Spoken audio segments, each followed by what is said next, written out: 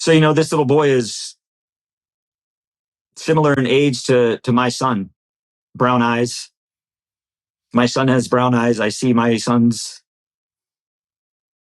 face when I look at him. And this little boy, he's not ISIS. He's not a combatant.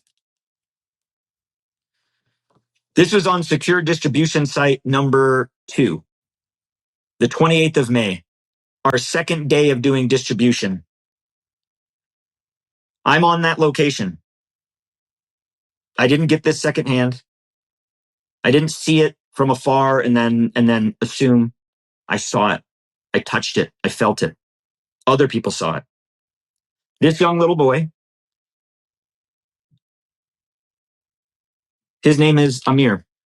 I know that because when he walked over from the crowd of people, he walked toward me. There was two of us standing there, 2 UG Solutions guards standing in that area, and he was walking towards us, and we thought maybe he was hurt or maybe he was asking for some more food because all he had in his arms was a small bag of rice, half a bag of flour, some lentils that he had picked up from the ground. He didn't have much. And we thought maybe he was asking for more food or maybe he was hurt. And we notioned him over, and he came up and he extends his right hand at us. And so I kind of walked up to him and waved him over. And the guy standing next to me, this young boy, holds his hand and he kisses it. And then he comes to me and he holds my hand and he kisses it. In Arab culture, that is a very significant sign of respect. That's not something that should be taken lightly or something that should be, that's a big sign of respect. And we were taken aback by that. The gentleman that was standing next to me was also a military veteran, combat veteran. So he's been to Afghanistan, Iraq, and he was moved by it. He was touched. I was touched. And as he was standing there, we were both looking at him, and he was very emaciated. He had no shoes on.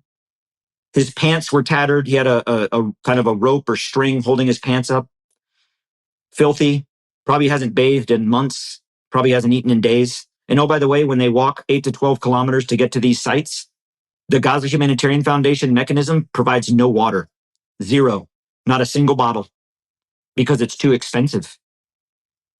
Distributing water weighs so much that it breaks down the profit per cost per truck. That's a fact. Because I asked why, and I was given a lesson in it. This is why. It's too expensive. So we give them no water.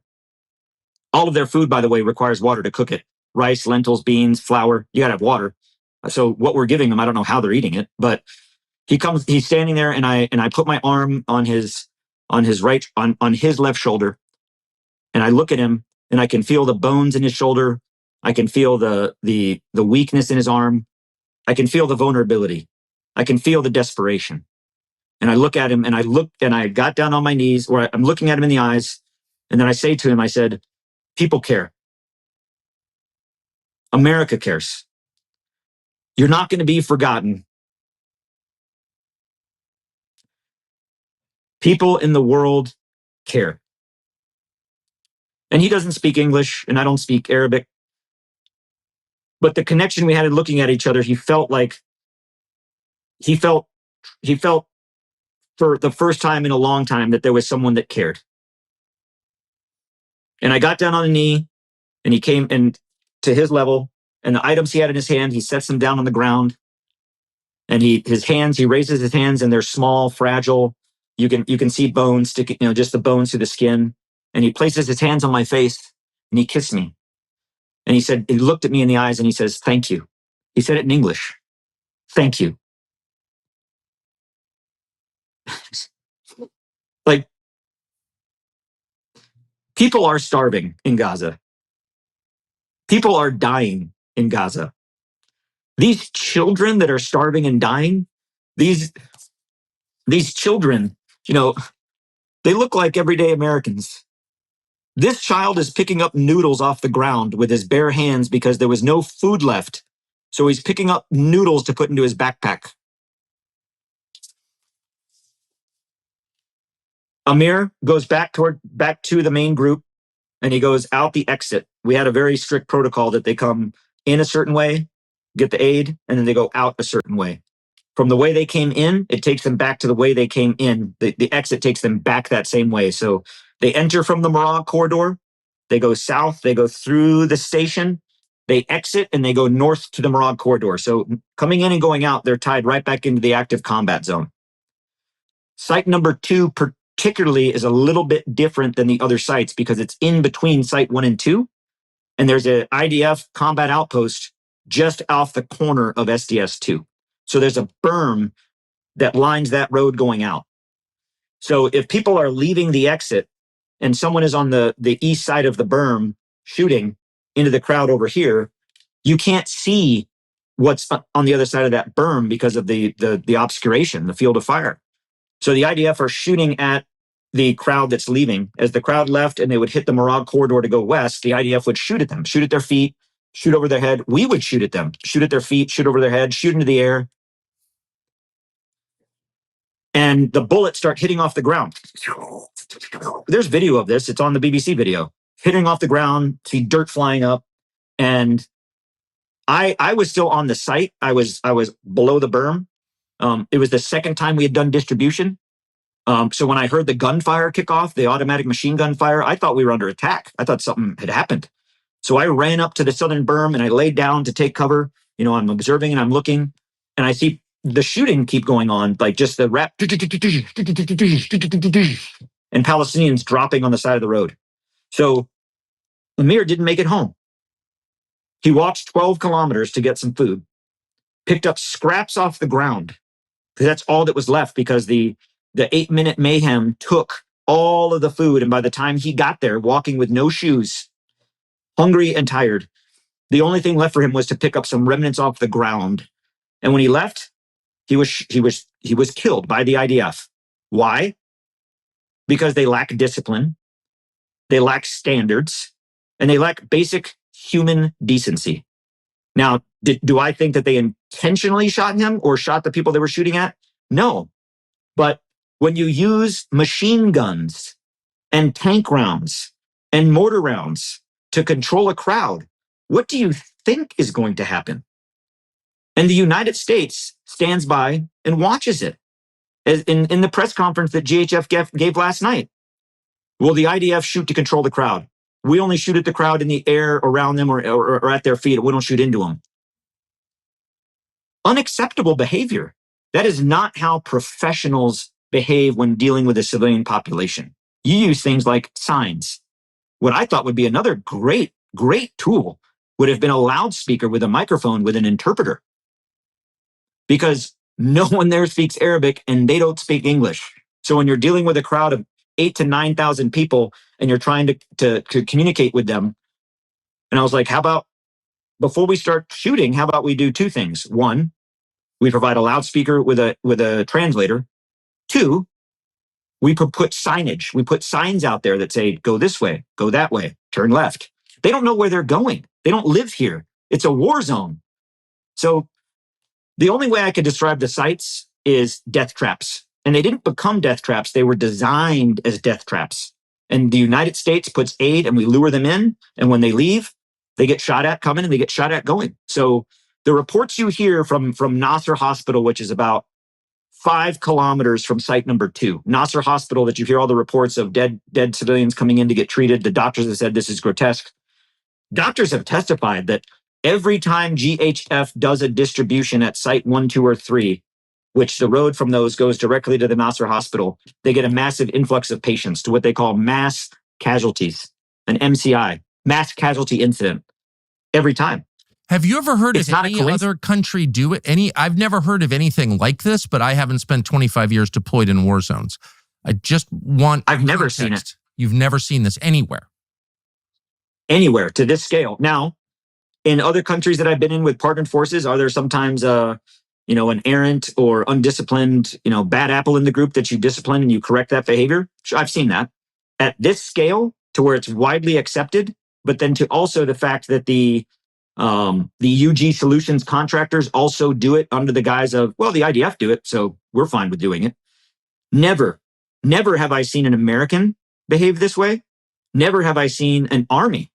And I've seen some pretty ragtag armies in my day. And never have I seen this level of depravity and just disrespect for human dignity. And it's I mean, the word I keep using, because it's the only way I can describe it, is because America is giving tax dollars to it. It's un-American.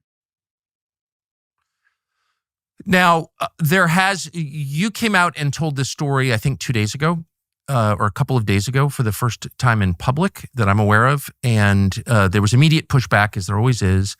And your integrity was called into question. You're a liar. You're a propagandist. And this boy is not dead. This boy is not dead, is what they said. Can you address that?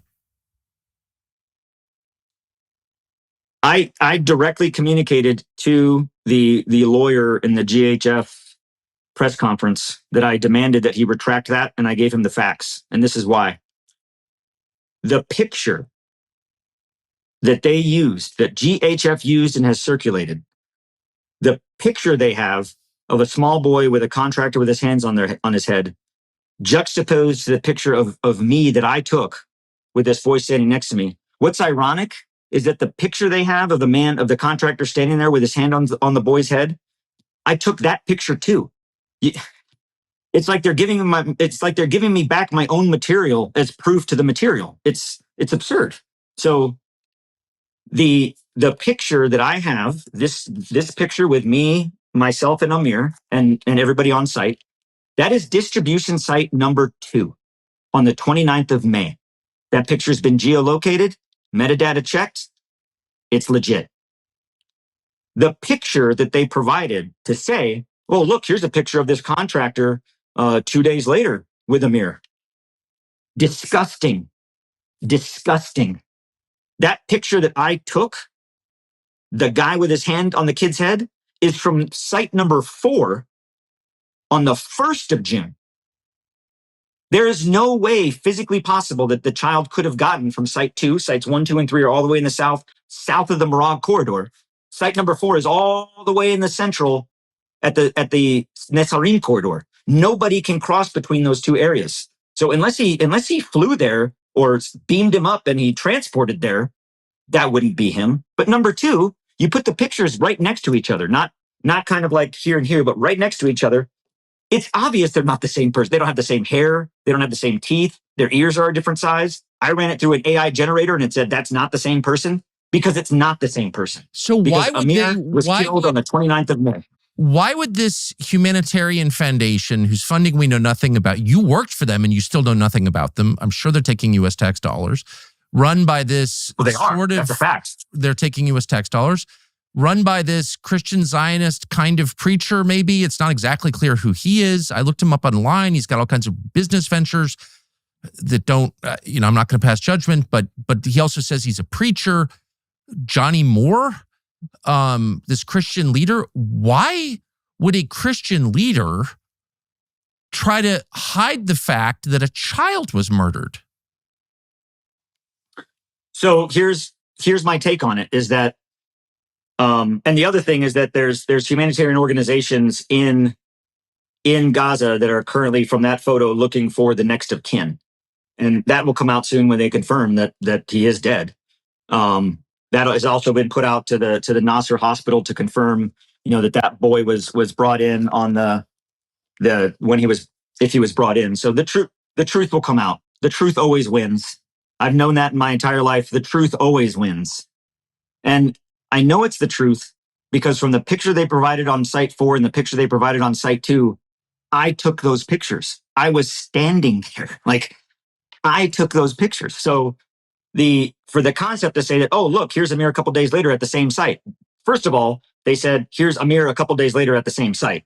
Well, that's not true, because the picture that they have from a couple days later is from site number 4. I was there. I took the picture. They're not the same child. Why the cover up, or why the lying?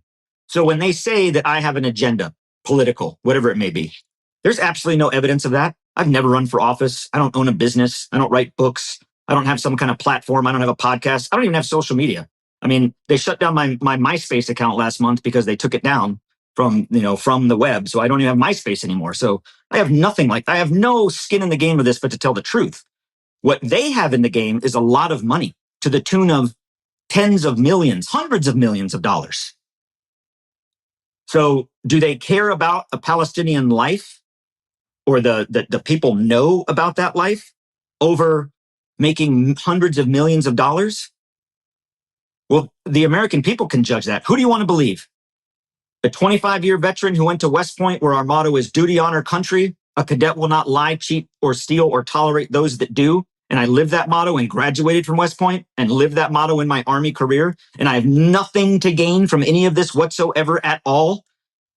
That I was there and I took the pictures and I witnessed it with my own eyes, and it brings me to tears. I'm a 43-year-old man, 25 years in the Army as a Green Beret. You think I went to acting school for this? It breaks my heart.